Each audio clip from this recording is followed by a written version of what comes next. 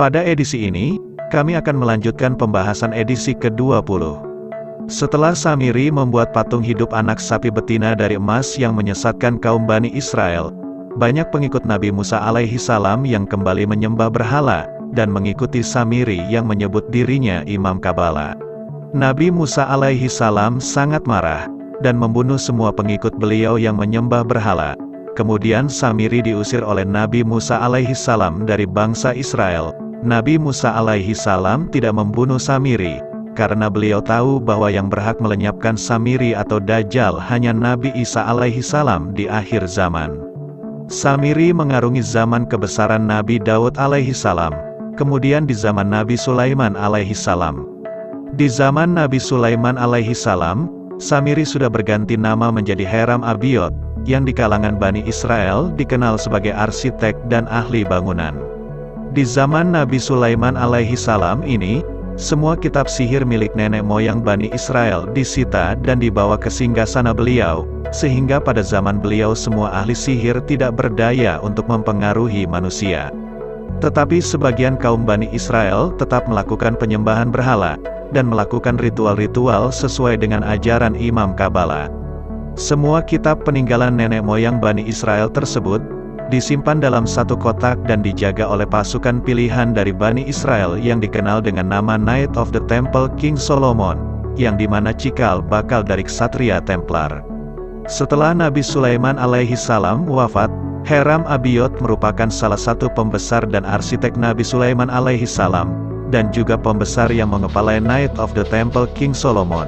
Mulai mempengaruhi Bani Israel, dan para penjaga itu mengatakan bahwa apa yang selama ini mereka jaga adalah emas dan berlian yang sangat mahal, dan menjadi sumber kekayaan raja mereka yaitu Nabi Sulaiman alaihi salam.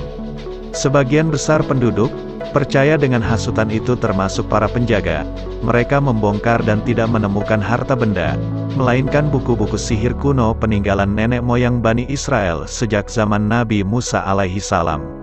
Kitab sihir utama yang mereka yakini adalah sihir yang digunakan nenek moyang Bani Israel untuk mengalahkan Tuhan, yaitu The Tree of Life atau Ten Sefirot juga ditemukan, dan kembali ke tangan mereka.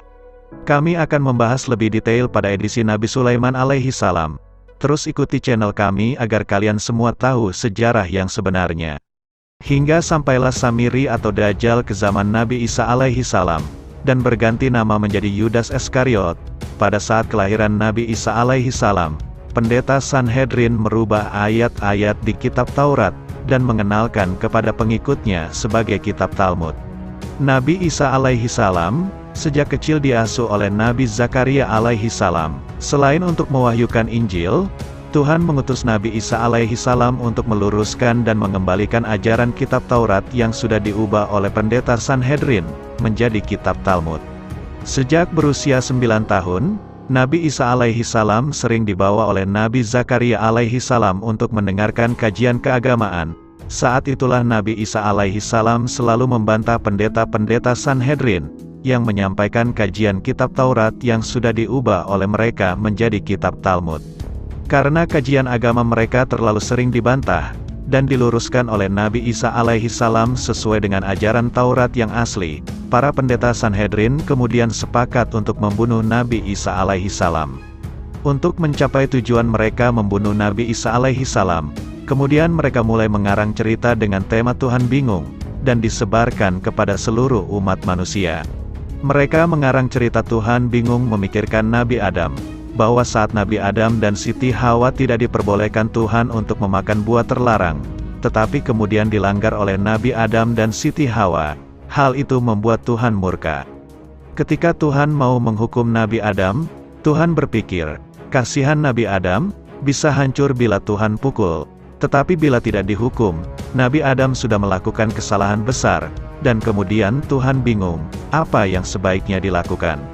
Setelah berpikir cukup lama, Tuhan mendapat ide. Karena kesalahan besar Nabi Adam, semua manusia yang lahir setelah Nabi Adam ikut menanggung dosa Nabi Adam, dan dinamai dosa asal. Kemudian karena Tuhan tidak bisa mati, hukuman untuk dosa Nabi Adam dan dosa semua manusia setelah Nabi Adam diputuskan akan diterima oleh Tuhan sebagai cinta kasih Tuhan, dan mengorbankan diri dengan cara Tuhan menjelma menjadi Yesus Kristus yang akan lahir ke dunia secara normal melalui Bunda Maria, untuk menebus dosa Nabi Adam dan dosa asal semua manusia. Cara penebusan dosa ini, dilakukan oleh Yesus Kristus dengan cara disalib. Oleh karena itu sampai saat ini, Yesus Kristus dikenal sebagai Sang Penebus dosa. Cerita palsu ini, kemudian oleh semua pendeta Sanhedrin disebarkan ke seluruh penjuru Romawi, terutama ke raja-raja Romawi, dan yang terhasut saat itu adalah Herodes. Setelah cerita itu disebarkan, mulai banyak pejabat Romawi mempercayai hasutan pendeta-pendeta Sanhedrin. Nabi Isa alaihi salam menyadari bahwa jiwanya terancam. Kemudian Nabi Isa alaihi salam pergi meninggalkan Yerusalem. Di awal pengembaraannya, Nabi Isa alaihi salam sampai di Antiokhia Syria, di mana kaum itu banyak yang buta sejak lahir. Kemudian atas seizin Tuhan, anak itu diberikan kesembuhan dengan usapan tangan Nabi Isa alaihi salam. Sejak itulah, para penduduk di Antiokhia itu mengikuti ajaran Nabi Isa alaihi salam dan beriman kepada Tuhan. Salah satu yang mengikuti ajaran Nabi Isa alaihi salam bernama Barnabas. Dia kemudian menemani Nabi Isa alaihi salam melanjutkan perjalanan beliau mengusap bumi atau Al-Masih. Sesampai di Betsaida, Nabi Isa alaihi salam menyampaikan dakwah dan bertemu dengan Yakobus, yang kemudian juga ikut perjalanan dakwah, sampai bertemu dengan 12 orang pengikutnya yang disebut Hawariyun. Di suatu kesempatan saat berdakwah di hadapan ke-12 orang pengikutnya, kemudian Heram Abiot yang berganti nama menjadi Yudas Iskariot masuk sehingga bertambah menjadi 13 pengikut. Nabi Isa alaihi salam mengingatkan kepada semua pengikutnya, untuk berhati-hati karena di tengah-tengah mereka saat ini iblis sudah menyusup. Iblis akan menimbulkan fitnah di tengah-tengah kalian, dan iblis akan mengkhianatiku serta menyamar menggantikan aku dan memfitnahku sebagai Tuhan. Para pendeta Sanhedrin berhasil menipu Raja Herodes, dan Herodes memerintahkan majelis tinggi pendeta Sanhedrin untuk mengeluarkan dekrit hukuman mati untuk Nabi Isa alaihi salam, dan saat itu hukuman mati Romawi adalah dihukum mati di atas kayu salib. Dengan dekrit tersebut, Herodes bersama pasukan Romawi kemudian berusaha menangkap Nabi Isa alaihi salam. Saat itu Herodes juga mengeluarkan sayembara. Barang siapa bisa menunjukkan persembunyian Nabi Isa alaihi salam dan membawa ke hadapan Herodes, dia akan diberikan sepertiga harta kerajaan Romawi dan diangkat menjadi panglima. Saat itulah, Yudas Iskariot mengambil kesempatan untuk mendapatkan harta dan kekuasaan, serta menunjukkan persembunyian Nabi Isa alaihi salam kepada Raja Herodes dan pasukannya. Ketika Nabi Isa alaihi salam sedang berdakwah dan Herodes bersama pasukan Romawi datang mencarinya, di saat itulah Nabi Isa alaihi salam bertanya, "Sepeninggalanku, siapa yang akan membantuku menyiarkan agama Allah subhanahu wa ta'ala untukku?"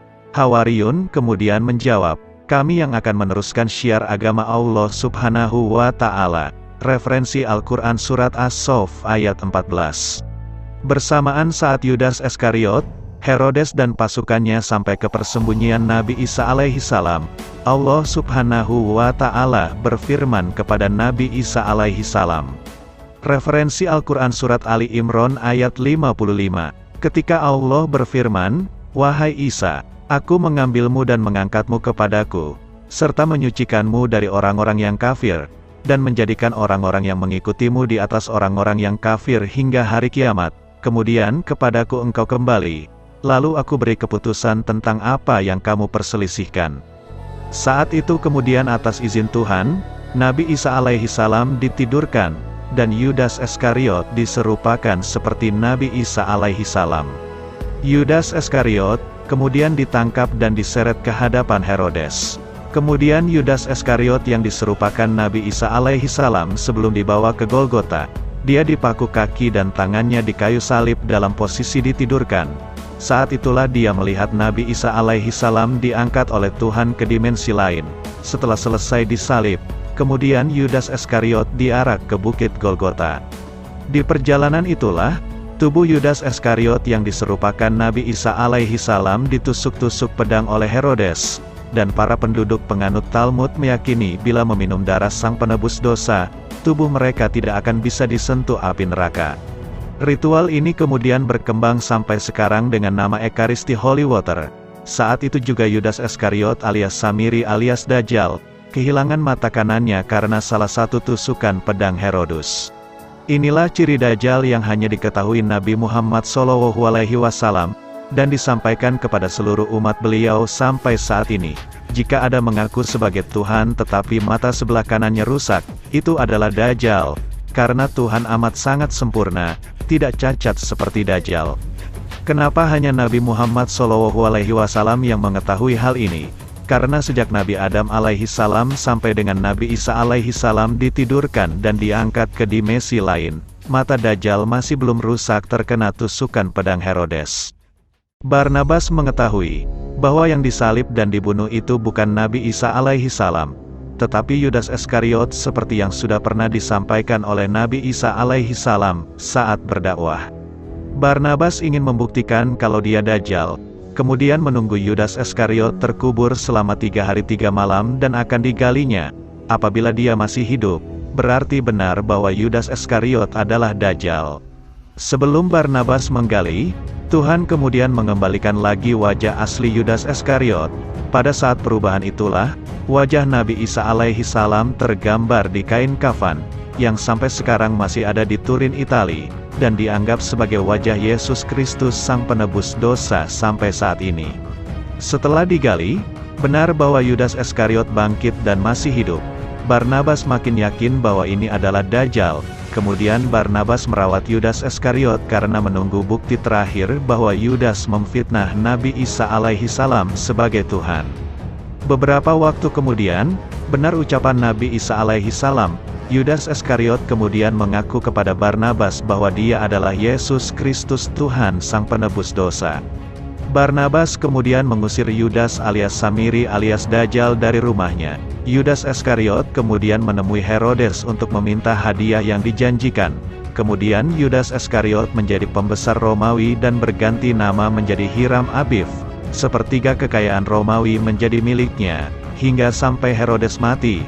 Semua kekayaan Romawi dikuasai oleh Hiram Abif.